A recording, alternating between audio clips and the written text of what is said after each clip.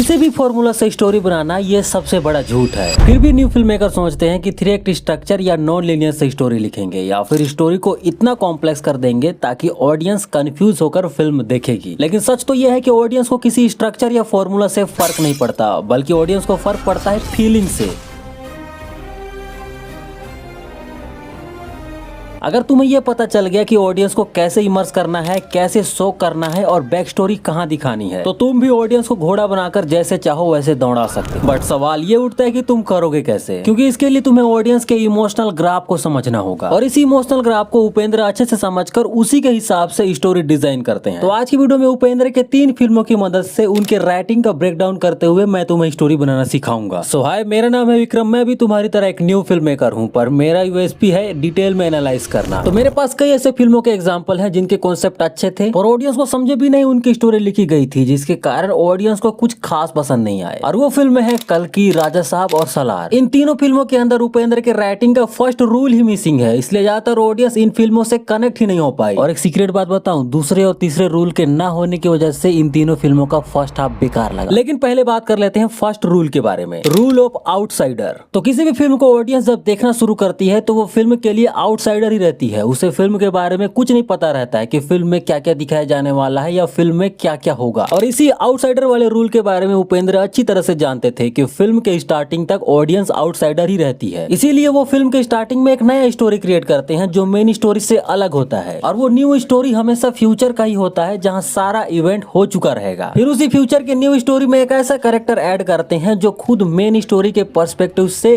Outsider रहता है। जैसे ओम का मेन स्टोरी ब्राह्मण लड़के का प्यार में बर्बाद होकर गैंगस्टर बन जाना है। तो इसी कहानी को बताने के लिए उपेंद्र ने इस फिल्म के अंदर फ्यूचर वाला एक न्यू स्टोरी का क्रिएशन किया, जहां आउटसाइडर कैरेक्टर एग्जिस्ट करता हो। तो वो फ्यूचर वाला न्यू स्टोरी है जर्नलिस्ट शशि वाला एंगल, जहां जर्नलिस्ट शशि ही आउटसाइडर है। ठीक वैसे ही उपेंद्र और ये दोनों फिल्मों के अंदर मेन स्टोरी को बताने के लिए एक और स्टोरी का क्रिएशन किया गया और उसी में ऐड किया गया एक आउटसाइडर कैरेक्टर को। क्योंकि आउटसाइडर कैरेक्टर रखने के बहुत सारे फायदे हैं। जैसे पहला फायदा तो यह है कि ऑडियंस भी आउटसाइडर है फिल्म के लिए, और उस हिसाब से ऑडियंस का आउटसाइडर कैरेक्टर के साथ कनेक्ट होना स्वाभाविक है। क्यों? क्योंकि फिल्म के अंदर स्टार्टिंग के विजुअल को देखने के बाद ऑडियंस के मन में क्वेश्चन उठने लगेंगे, और जो क्वेश्चन ऑडियंस का होगा वही सेम क्वेश्चन आउटसाइडर कैरेक्टर का भी होगा, क्योंकि इसे भी मेन स्टोरी के बारे में ज्यादा कुछ पता नहीं है। और दोनों के मन में क्वेश्चन उठेंगे, उस हिसाब से दोनों का जुड़ना स्वाभाविक ही है। लेकिन यहाँ पे एक प्रॉब्लम है, ऑडियंस और आउटसाइडर के दिमाग में क्वेश्चन तभी उठेगा जब आप फिल्म को प्रेजेंट ही उसी तरीके से करोगे कि क्वेश्चन उठे। लेकिन करोगे कैसे? तो तुम्हें चिंता करने की जरूरत नहीं, क्योंकि उपेंद्र ने अपने राइटिंग में सेकंड रूल को इसी के सॉल्यूशन के लिए ही ऐड किया है। बट इसे बताने से पहले तुम लोगों से एक रिक्वेस्ट है कि मैं रूल्स के बीच जो छोटी छोटी इन्फॉर्मेशन दे रहा हूँ उसे बिना स्किप किए ध्यान से देखना। तो दूसरा रूल है इन मीडिया रेस स्ट्रक्चर वाला सीन। तो इस सीन को ध्यान से देखो। यहाँ जर्नलिस्ट शशि एक गैंगस्टर से मिलने जाती है। वहाँ जाने पर वह देखती है कि कुछ गैंगस्टर्स एक लड़के को मार रहे हैं, क्योंकि ये प्यार करने वाले एक कपल को परेशान करता था। ये देख के गैंगस्टर के लिए उसके दिल में सिंपैथी क्रिएट हुई और कहने लगी,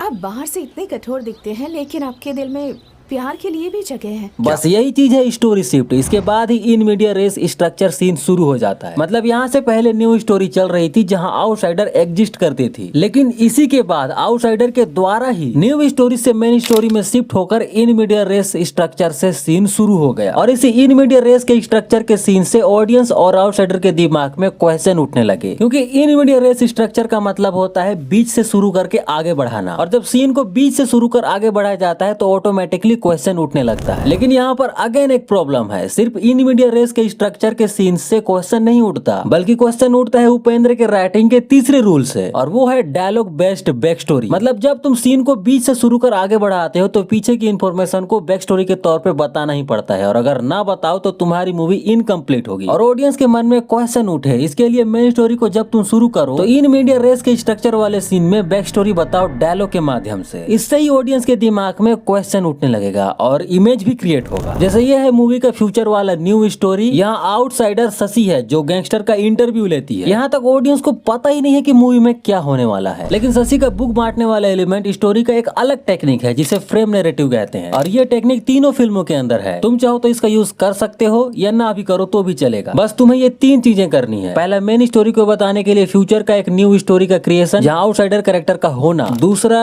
इसी आउटसाइडर कैरेक्टर के द्वारा ही न्यू स्टोरी से मेन स्टोरी में शिफ्ट करना। तीसरा और सबसे मोस्ट इम्पोर्टेंट, मेन स्टोरी की शुरुआत में इन मीडिया रेस स्ट्रक्चर वाला सीन और ऑडियंस के मन में क्वेश्चन उठे, इसके लिए डायलॉग के माध्यम से बैक स्टोरी बताना, जैसा कि उपेंद्र के फिल्मों में हो रहा है। पहला उपेंद्र, इसकी मेन स्टोरी है एक ऐसे लड़के की जो पाखंड को एक्सपोज करता है, जिसकी वजह से एक लड़की इससे प्यार करने लगती है, पर यह लड़का किसी और से शादी करना चाहता है। लेकिन ट्विस्ट यह है कि घर में इसकी बीवी पहले से रहती है। तो इसी मेन स्टोरी को बताने के लिए सबसे पहले इस फिल्म में उपेंद्र ने एक और न्यू स्टोरी का क्रिएशन किया, जिसमें आउटसाइडर एग्जिस्ट करता हो। जैसे वो स्टोरी है ये गुंडा वाला छोटा सा एंगल। इसके सामने main story in media race structure में शुरू हो जाता है। एक लड़की इनके पास आकर कहती है कि मैं एक लड़के से प्यार करती हूँ, बस मुझे उससे मिला दो। ये है वो सीन जहाँ इसके सामने बीच से शुरू होता है। यहाँ पर ऑडियंस और आउटसाइडर गुंडों के दिमाग में क्वेश्चन उठने लगता है कि वो लड़का कौन हो सकता है जिसके लिए ये लड़की इतनी पागल है। यही है डायलॉग बेस्ड बैक स्टोरी, जहाँ डायलॉग के माध्यम से बैक स्टोरी बताई जा रही है और उस बैक स्टोरी में हीरो को हाईलाइट किया जा रहा है कि हीरो में ऐसा क्या खास है कि ये लड़की उसके लिए पागल है। यहीं से ऑडियंस और आउटसाइडर गुंडों के दिमाग में हीरो के प्रति मिस्ट्री क्रिएट होने लगती है। हालांकि इससे पहले विक्रम बेताल वाला जो स्टोरी हुआ वो वही टेक्निक है जो ओम में हुआ था, यानी फ्रेम नैरेटिव। सेम ऐसे ही ये फिल्म की मेन स्टोरी है एक ऐसे डायरेक्टर की जो अगेन प्यार में बर्बाद होकर अल्कोहलिक बन जाता है, बट ट्विस्ट ये है कि ये बर्बाद होने के बाद रिवेंज भी लेता है। और इसी मेन कहानी को बताने के लिए उपेंद्र ने यहाँ पर भी एक न्यू स्टोरी का क्रिएशन किया, जहाँ मरीना नाम की लड़की एग्जिस्ट करती है। यही है आउटसाइडर, जिसके द्वारा कहानी न्यू स्टोरी से मेन स्टोरी में शिफ्ट होता है। और जब ये मेन स्टोरी में आती है तो इसे डायलॉग के माध्यम से बैक स्टोरी बताई जाती है सूर्य के बारे में, जहाँ अगेन वही प्रोसेस होता है जो बाकी इनकी फिल्म में होता है। यानी इन मीडिया रेस स्ट्रक्चर वाले सीन में डायलॉग के माध्यम से बैक स्टोरी बताए जाने पर ऑडियंस के दिमाग में क्वेश्चन उठना। अगला रूल है हीरो इन मिस्टीरियस कंडीशन। तो जो लोग वीडियो को ध्यान से देख रहे हैं उनको पता होगा कि मैंने कुछ समय पहले ये कहा, यहीं से ऑडियंस और आउटसाइडर गुंडों के दिमाग में हीरो के प्रति मिस्ट्री क्रिएट होने लगती है। तो जब भी ऑडियंस के दिमाग में डायलॉग बेस्ड बैक स्टोरी में हीरो को हाईलाइट करने के बाद हीरो के प्रति मिस्ट्री क्रिएट होती है और उसके बाद हीरो को मिस्टीरियस कंडीशन में दिखा दो, तो उपेंद्र के अगले रूल में ऑडियंस शॉक हो जाएगी पूरी तरह से। बट उस रूल से पहले तुम्हें ऑडियंस के दिमाग में अगेन एक और फेक इमेज बनाना पड़ेगा हीरो के प्रति, और वो इमेज बनेगा।